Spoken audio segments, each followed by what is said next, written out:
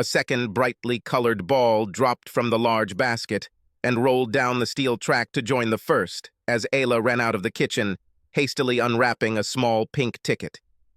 "Why didn't you tell me it started?" my wife demanded angrily, plopping down on the couch in front of the TV and fiddling with her reading glasses.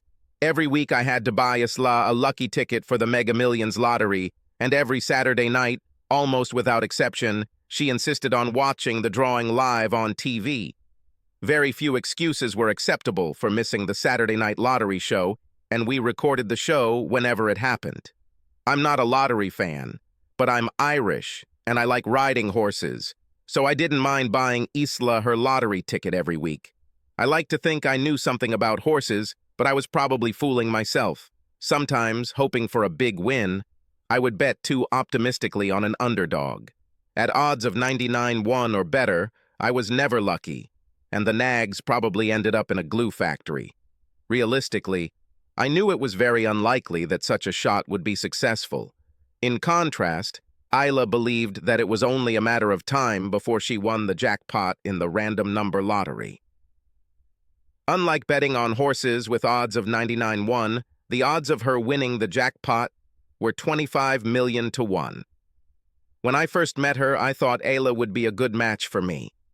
A feisty Scottish girl from Aberdeenshire, she was more than confident in the verbal skirmishes of everyday life, be it with family and friends or with strangers. After 3 years of marriage, I thought her only flaw was her desire for material possessions and wealth, perhaps due to her Scottish heritage.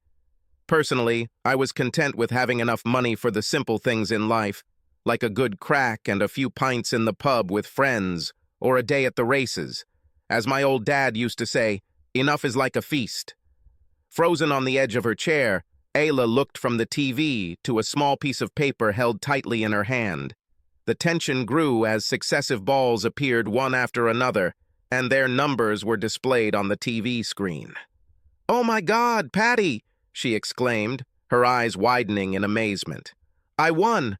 I won! I won!" "Hold your horses for a minute, Ayla," I quickly intervened. "I have to tell you something." "No," she answered immediately, jumping to her feet. "It's me who needs to tell you something. This is my lottery ticket and this is my money. I'm leaving you right this minute and I'm going to go and live in a big villa in Spain with Jimmy Riddell. Don't try to stop me." Stunned, I leaned back in my chair, my mouth open and my chin resting on my chest. The revelation that Isla had apparently cheated on me with her work colleague took the wind out of my sails. As she hurried away, presumably to gather her things, I wondered if I should say or do anything to mitigate the unfolding disaster. I decided it was best to at least give her a chance to change her mind, although I expected it to be too late.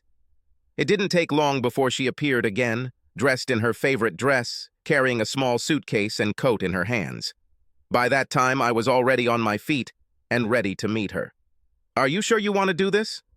"Damn sure," she replied as she walked out the front door. I decided not to tell her that she had unknowingly watched a recording of a lottery show that happened many months ago. Her ticket was not a lucky draw. The numbers I chose were the same as the winning numbers from the old show.